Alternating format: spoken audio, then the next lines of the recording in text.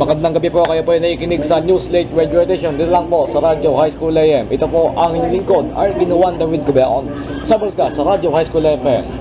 Mga kabalitaan, naganap po kaninang gabi o kaninang alas 6 ng gabi ang Mr. and Mrs. Patnubay 2024. Samantalang naman, ilan po mga kandidata at mga kandidato ang mga rumampa sa stage. Naging first runner-up po si Binibining Julian Bautista o si Julian Bautista na taga ikawalong baitang pangkat Aguinaldo.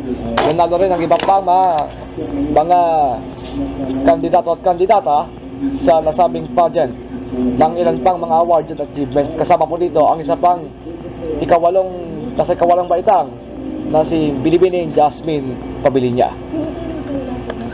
Yan po ang kabuuan ng News Late Radio Edition. Para po makapagpasa ng balita, magpasa po sa official balitaanplus@gmail.com. Ito po ang inyong lingkod, Arvin Juan David Gabeon. Hanggang bukas, sama-sama tayo makibalita sa News Late